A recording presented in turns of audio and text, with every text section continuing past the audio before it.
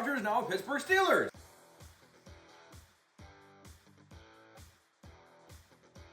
Finally! It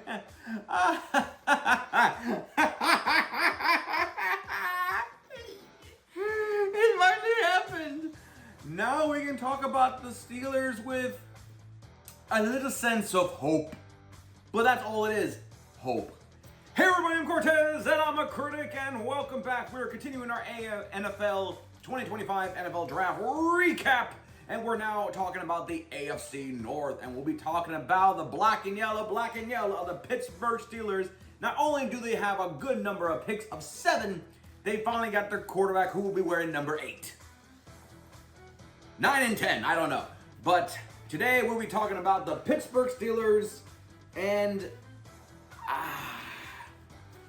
here we go again with another quarterback, hopefully not too far off the edge, but just enough to get them over the edge and maybe win a playoff game. I don't know.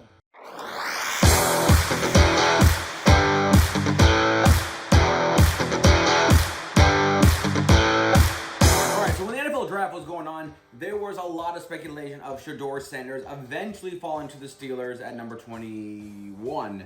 And when the Steelers had him, almost everyone kind of felt pretty sure about him was going to the Steelers. And I thought it would be a perfect matchup for Shedeur Sanders to go to the Steelers because there was an opportunity that, one, we know that the Steelers' defense has been so legit that it has basically been the only reason why the Steelers have been in the playoffs more years than not is because of that defense. And there's always that feeling of they just need to get a quarterback that is above average, just enough to get them in the playoffs. And they went with Fields and Russell Wilson, and there was hope. There was even hope of them winning the division. That's how close it was. And then they fell off. They still won 10 games, so it's not complete dumpster fire. But it wasn't a confidence into the playoff like some teams want to be in. You rather have that struggle, towards the first 10 weeks of the season and then end the last 6 or 5 weeks of the season with a little bit of momentum to get into the playoff, because more than likely you guys can be fighting in the wild card, whether you're on the road or at home. And sadly, the Steelers fail to take advantage of very unique opportunities, and once again, they're on the same boat like the Jets were in the past of waiting for Aaron Rodgers' decision. And Aaron Rodgers, by the time of this recording, so it's probably been a few days since it was announced, but for the sake of timing of this recording, Aaron Rodgers has officially signed a deal with the Steelers, which I think is worth $13 million for 1 year, and he'll be wearing number 8 because, God forbid, Terry Bradshaw agrees for him to wear number 12.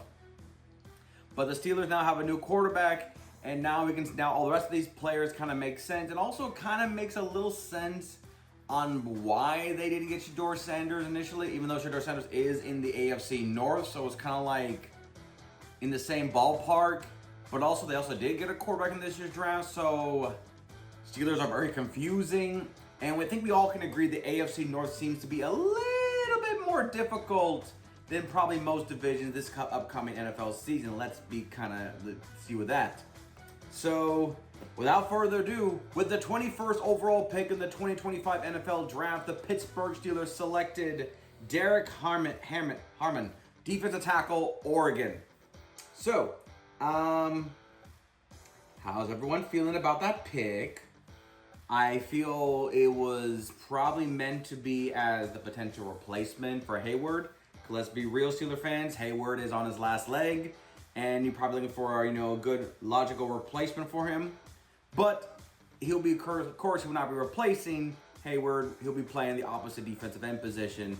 And I believe for a 3-4 defense, a defensive end is more as a more athletic defensive tackle.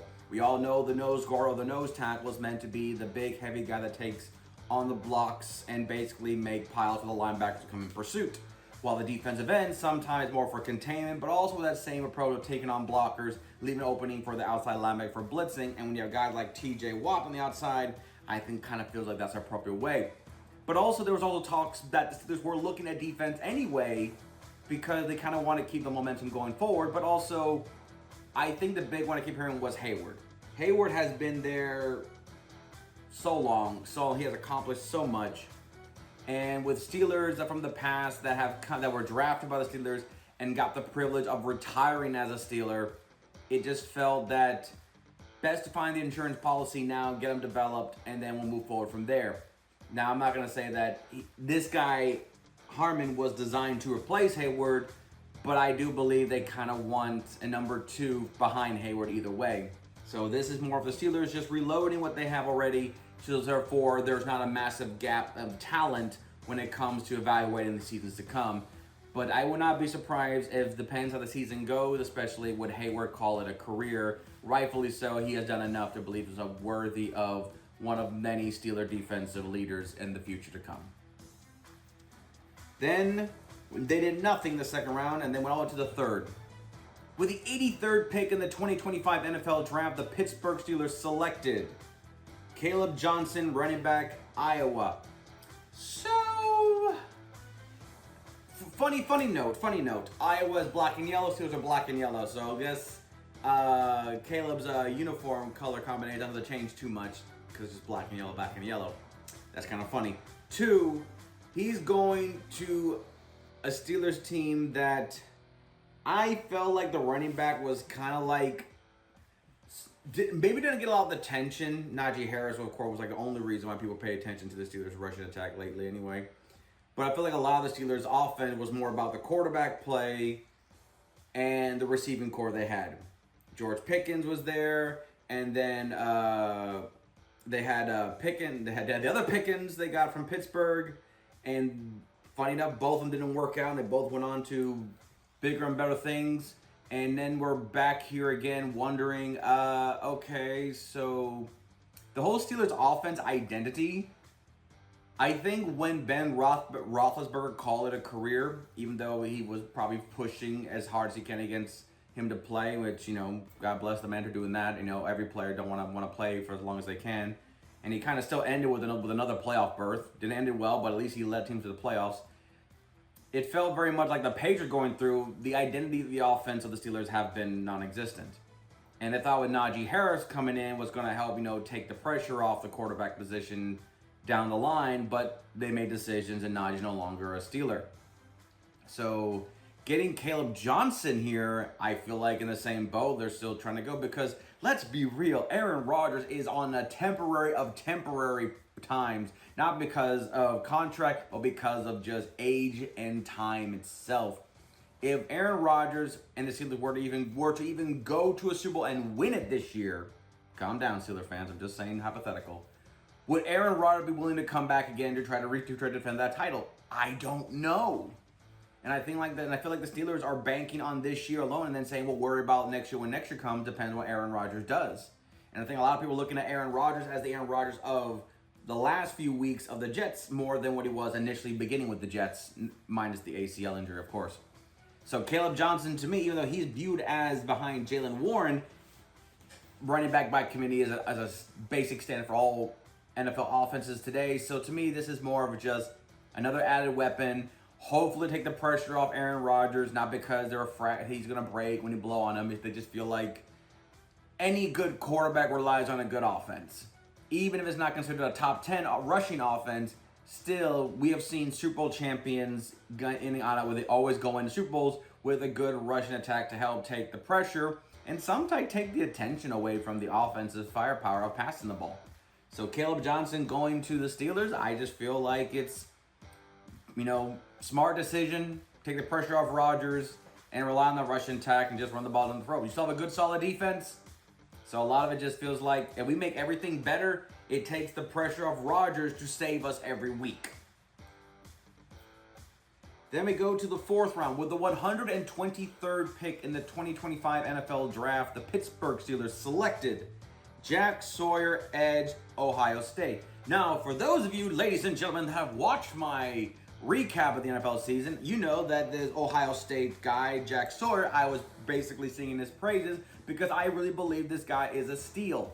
I believe this guy has the potential to come in and make impact plays.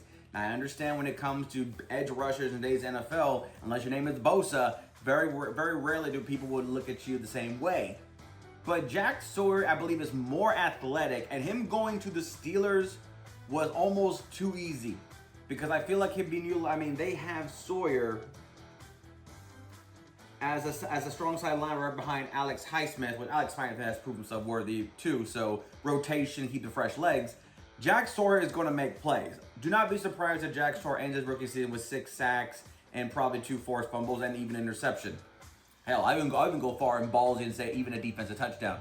Jack Sawyer athleticism, I feel like when he was playing defensive end or edge in Ohio State, I feel like his potential wasn't fully realized at Ohio State, because I really believe 3-4 defense speaks more to him than a 4-3 defense. So he is probably my most exciting player, so I'm kind of ruining the ending, but he's the one player that I really believe the Steelers got lucky, but also I am really surprised he went this low. I really thought he could have been a gamble in the first round, but definitely the second round, maybe in the third, but going all the way to 123 in the fourth, that just feels like, something. Maybe he's too raw. Maybe there's some injury. Maybe there's some things that it was not said. But when I heard him picked up by the Steelers, I was surprised. Like, yeah, that made sense. And 2, wait, he's still there at 123? Huh. Weird. So Jack Sawyer going to the Steelers? I mean, I think TJ Watt's probably the happiest person because he's thinking, finally another, dynamite edge rusher to take the pressure off me, so therefore I can still get my 25.5 sacks a season like I always get. Then we go to the 5th round with the 164th pick in the 2025 NFL Draft. The Pittsburgh Steelers selected a black defensive tackle, Iowa. So we're going defensive tackle, and they have Mr. Black as the interior nose tackle position. So I guess the Steelers are preparing for the future by solidifying their defensive line department. Now going for another Iowa, I've always felt like Iowa was a rushing team and a defensive team basically for decades. Their offense never really screamed offensive firepower, and if it was heavily done by the running backs and some occasions their tight end. Remember, Noah Fant and T.J. Hawkinson were both from Iowa, and they both were drafted in the same draft. So. But when you think of Iowa, do you think of quarterbacks? What was the last, no disrespect, what was the last good Iowa receiver drafted? Hell, I'm trying to think of wide receivers that are starters that happen to be from Iowa right now. And if there is some, let me know. But I can't think of any Iowa players that are receivers, especially, and I can't even think of quarterbacks, even though I know some of them got drafted, but they've never branched off. Like I said, I keep going back. Brad Banks was a Heisman Trophy candidate, guys. And he was probably the last good Iowa quarterback to come out of that school, even though there was others that, produced well. But sorry, when I think of Iowa, I don't think of quarterbacks. I think of defense and run the ball. And here, getting another interior defensive tackle in there, rotation player. Steelers are loading up. And once again, another Iowa player that wears black and yellow is going to the black and yellow. So to me, it's a funny story, it's a unique story, but this kind of makes sense what Pittsburgh is doing. Yes, they want the offense to do it, and remember, they made these selections with not even probably a 40, 50, 60% chance that Aaron Rodgers was going to say yes. There's always a good chance that Aaron Rodgers could have been like, you know what, I retire, and just gave the biggest finger to Steelers fans and the organization everywhere. Heads would have rolled if that would have happened. But they stuck to their gun and went what they know, defense, and honestly, so far out of the picks, seems very Steeler-esque. Like, this is the identity of the Steelers. And then speaking of quarterback, in the 6th round, with the 185th pick in the 2025 NFL Draft, the Pittsburgh Steelers selected Will Howard, quarterback, Ohio State. Now remember, they made this pick way before the Aaron Rodgers announcement, confirmation, I should say. So, I guess my question is, if the Aaron Rodgers thing fell through, Mason Rudolph would, of course, been the starter, but how much would they have pushed Will Howard to eventually take the ring? I'm not saying that Will Howard was a bad quarterback, but I really believe there were other quarterbacks that were drafted that were clearly better. I think Will Howard took advantage of a great offense and a dominant defense to the point where he didn't really have to do so much. He did great, but I would not think like if you take another quarterback, like you have Riley Leonard from Notre Dame or Quinn Ewers from Texas, were to be on that Ohio State offense, I think they would have probably done the same. They would have been more effective with the players they had at Ohio State versus with the players they had at Notre Dame and Texas. I really do believe that. So my question would be, how much was Will Howard contributing to the Ohio State core, and how much was Will Howard contributing to them and not the player helping him? So looking at Will Howard, this felt more like, just in case the Rodgers thing falls through, just in case. Will Howard knows how to do it. Will Howard is a proven winner. He has won before. We know what it's like to work with teams. We know, especially fresh off. He was a transfer. We know how it is. So to me, this was probably more of a, let's just hedge our bets, but just in case the Rodgers thing falls through. And now Will Howard is a third string quarterback, but let's be real. Rodgers is so temporary that Will Howard could be fighting for a starting job next year. That's how crazy it could be. So we'll see what Will Howard will do in preseason. I'm gonna be a dick right now. I still think McCord, the quarterback from Syracuse that was Ohio State, was probably a better quarterback because Will Howard took advantage of a great Ohio State, and I feel like McCord helped a Syracuse team get better. Yes, they were not ACC championship better, but you cannot tell me that Syracuse would have been worse without him. So to me, I think McCord going to Syracuse and he went to Philadelphia. So funny that both teams go to Pennsylvania teams. How funny is that? So I don't know. We'll see. I know I'm bashing on Will Howard, a guy who's projected to be a third string quarterback anyway, but still, just big question mark for the Steelers on that one.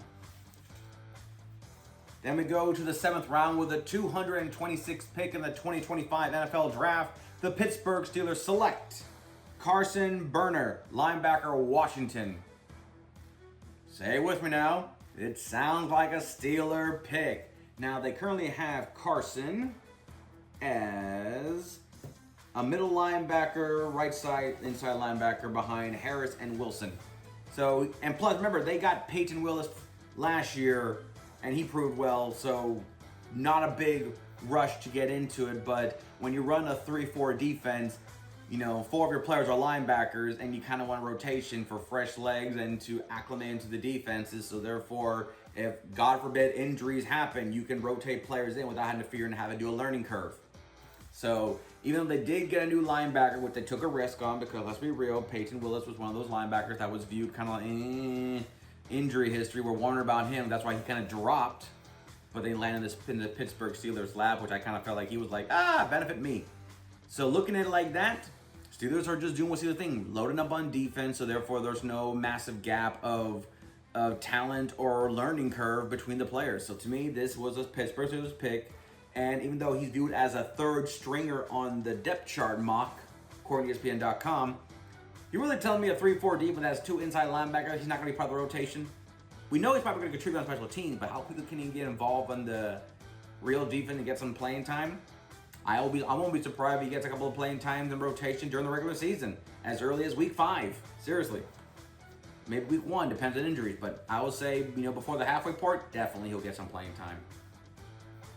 And then 3 picks later to conclude the Steelers in the 7th round with the 229th pick in the 2025 NFL Draft. The Pittsburgh Steelers selected Dante Kent, corner, Central Michigan.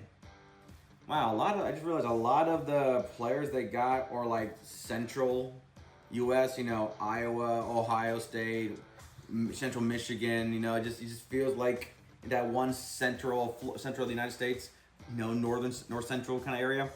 So kind of just funny, they just basically said, well, y'all know how to play in the cold, so just come to Pittsburgh so it won't be too crazy for you guys to get used to the curve, some weird notion like that. But getting a corner, and they currently have him as a nickelback, which I thought that is probably why they picked him up, was for nickel.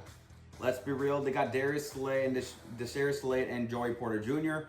Darius Slade is a veteran. He'll bring that veteran leadership. We don't know how long his career could go, but until he is told no, he'll keep playing at a high level. And I think he was also big at high level for the Eagles Super Bowl championship run last year. So to me, he has still proven he's still a viable player and has not been a hindrance on any defense. Him going from Philadelphia to Pittsburgh, he stays in the same state code, so that gets works for him. And Joey Porter Jr. has been an impact since day one, since the Steelers took a chance on him / nepotism. Maybe, I don't know, but let's see how it is. And this just goes back to the Steelers just getting young, talented players with no emphasis on them to rush, but that's been the Steelers' mantra for years. That's why the defense has been literally the only reason the Steelers have been anywhere near a winning season, let alone a playoff berth year in and year out. So bringing Kent in here, it's depth, it's rotation, it's learning, it's evaluation. He'll probably be a starter within 2 years, 3 years if he develops properly and doesn't get hindered by injuries or lack of, grasping the defense. But I can't help but feel like defensive players always feel more excited to work with defensive-minded head coaches. That's why a lot of defensive players for the Buccaneers, I'm sure they're very excited. Some defensive players from the Commanders are really excited to work with Dan Quinn. The defensive-minded head coaches. I mean, you don't think offensive players get excited when they get drafted by the Eagles or by the Chiefs or by the Rams or by the Lions. They're just like, oh my God, I'm going to an offensive powerhouse. Oh my God, you know how excited that is for a rookie to go and be like, I'm going from a strong program to a dominant professional program, and they specialize in my side of the football. I mean, come on, man. It's very exciting. So I feel like even though Carson and Dante may not be viewed as starters, they must be incredibly thrilled to go to, one, a legacy defensive franchise, but also a defensive-minded head coach that has proven time and time again they are the reason they carry the Steelers to the playoffs. So that's all the picks. They only had 7, and they didn't waste my time too much. The grade I give the Steelers, it's hard to evaluate a grade when it comes to the draft because I'm trying to evaluate the draft players they got to what's going to contribute to what they have already on the roster. And the biggest thing is, like I said, Aaron Rodgers is officially now with the Steelers. And I feel like Aaron Rodgers, I'm banking that we're going to see this. We're going to see the Aaron Rodgers that took advantage of his opportunity with the Jets at the end of the season, but I feel like the Jets defense somehow disappeared, so it kind of hurt Aaron Rodgers' efforts. So I'm going to say for safety, they're better. The AFC North is going to be more competitive. You don't think the Browns and the Bengals are going to be more of a threat this year, and the Ravens will always be there. So the AFC North is going to be competitive for the Steelers regardless of, and Aaron Rodgers being there at least doesn't make them feel like they're guaranteed the 4th place team. And for all I know, this could be the one division that I'm saying every year. There's going to be one season where all 4 players in one division will make the playoffs. And the AFC North is a good candidate for that one. The other one, the only one I can think of right on my head right now. So, and that's the Pittsburgh Steelers. The player I'm most excited about, you already know it, is Jack Sawyer, the Ohio State edge guy. I've been singing his praise almost every defensive player needing a pass rusher recap during my videos. So I'm looking forward to see how much he can contribute. Like I said, do not be surprised if he makes splash plays right away to the point where he might be competing for a starting position in that. And God forbid if TJ Watt gets hurt with a bicep injury or something like that. I feel like Jackson will be a perfect replacement to come in as a substitute to give time for TJ Watt to get healthy in time for the posting where he'll make 5 sacks and 3 forced fumbles and be like, this guy is inhuman. So Jack Sawyer, my MVP, is my favorite player for the draft, and the Steelers are better. And that's the Steelers. So we're continuing down the AFC North, and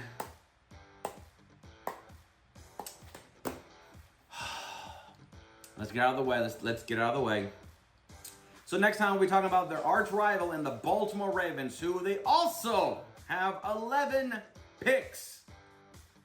This is a team that was once again Super Bowl contenders, and they literally get 11 brand new players that I have to stress through. Thank you, Baltimore. I am so thrilled for that. So that's the next time. But until then, I'm Cortez, and I'm a critic. Thank you so very much for watching.